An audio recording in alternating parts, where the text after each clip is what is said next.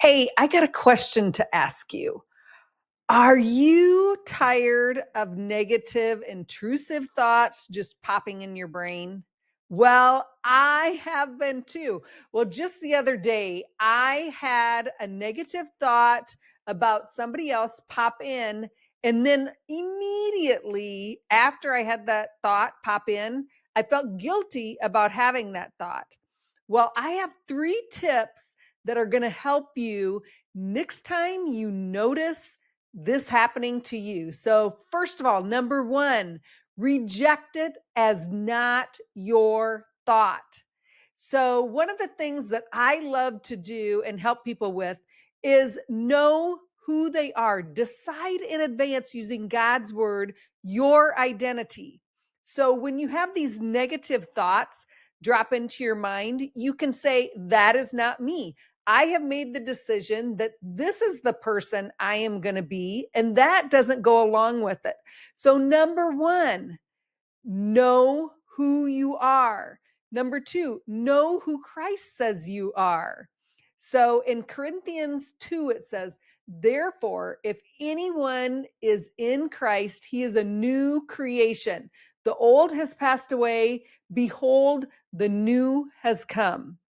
So, all that old junk from your old nature and the things that are habits, the negativity that you maybe used to dwell on, they are no longer you. And you get to decide that. And the way you change it is you know who you are. And as soon as you notice that that thought is not who God says you are, it is not who you have decided because you've chosen Jesus to be, you can reject it as not yours. In Romans 8, it says, no, in all things, we are more than conquerors through him who loved us. So you stand boldly on this. You know who you are and you stand boldly on it. You are a conqueror. And then, just like when Jesus was out in the wilderness, one of the things that the enemy used against him and attacked him was always on his identity. So, know that so often your identity, or even the identity of who you are by what you think, he is going to attack, and you kick it out as soon as you notice it and say, that is not my thought, because this is who I know I am. This is one of the best things that ever helped me in kicking out a negative or intrusive thought, or even thoughts that make us start worrying about things. No, we know who we are, we know who we get through Christ. Number two is you replace it with something good. So you know who you are and you have decided who you're going to be. You replace it with the good thought. You invite the Holy Spirit in to help you, and you accept right away that you have decided to think of good. You ask for whatever forgiveness you feel that you need, and then you move on. So in Romans 12, it says, do not be overcome by evil, but overcome evil with good. So you just immediately pop in, no, this is who I'm going to be. This is what I'm going to think of that person. And it is good. And you think, this is who I am and who Christ made me. So any of that negative thought about myself, you kick it out. It is not true. It is just the enemy using something to try to accuse you and make you feel less, so you won't walk out and do what the purpose of God is on your life while you're here. And then in Second Corinthians, it says, we destroy arguments and every lofty opinion raised against the knowledge of God, and take captive every thought to obey Christ. So taking captive is just basically knowing it is wrong, and you throw it out. You throw it out and you throw it to the feet of Jesus, and then you take on every good thing that he says you are. So whether that's your identity or whether that is how you're going to think about other things or other people in this world. So then, number 3. So this just happened to me the other day. So I could immediately reject it. I noticed I could reject it and I could replace it with the thought that I wanted. But then I felt bad about even having the thought in the first place. So, number 3 is you reject condemnation. The accuser wants to accuse and he wants you to feel defeated, but Christ died for you and it is yours right now. You reject any condemnation and you move out and do what God would want you to do, because you know you want to do it too, because you want to be more Christ-like. So do not let the enemy try to keep you in condemnation.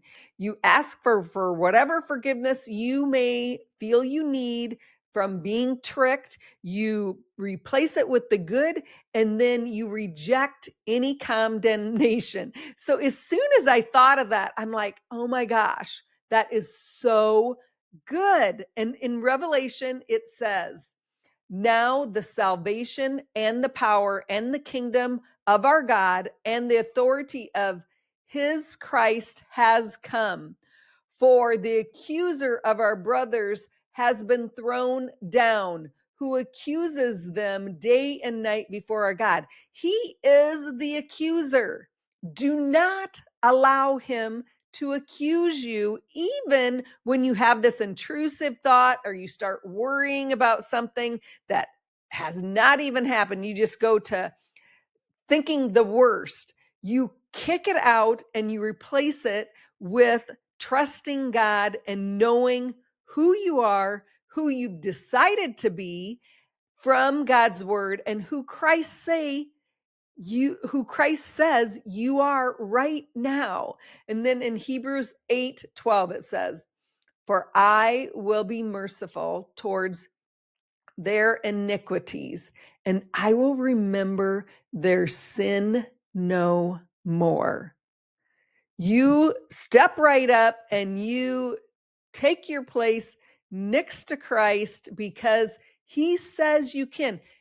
Make what he did for us very powerful. Stand strong, be bold, kick out anything that is not good. So then, one of the things that I love to use as whether I'm going to allow a thought to continue or not, first, kick it out. No, it's not yours. It's from the enemy. Place it at Jesus' feet and then move to what Philippians 4:8 says.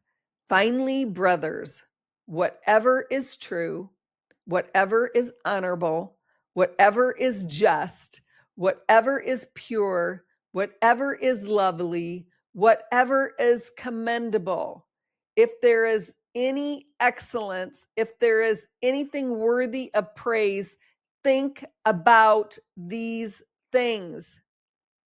So it is so easy to kick a negative out and replace it with, usually most of the time it's with the opposite of what you just thought, and then you stand bold and strong in it, because that is how we defeat the negative things in our life. So I hope this encourages you.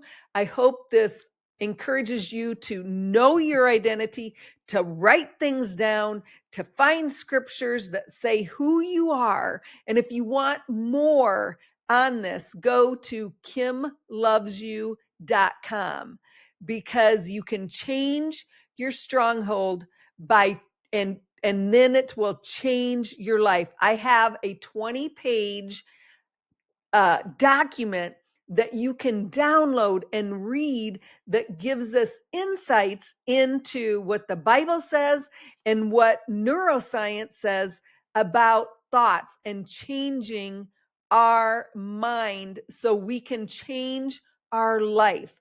Go there. It's totally free. Download it. Get some insights that are really going to make these things yours, and you stand boldly in them, and you're stubborn to kick out anything that is not in line with who your identity is and who God says you are through Christ. All right.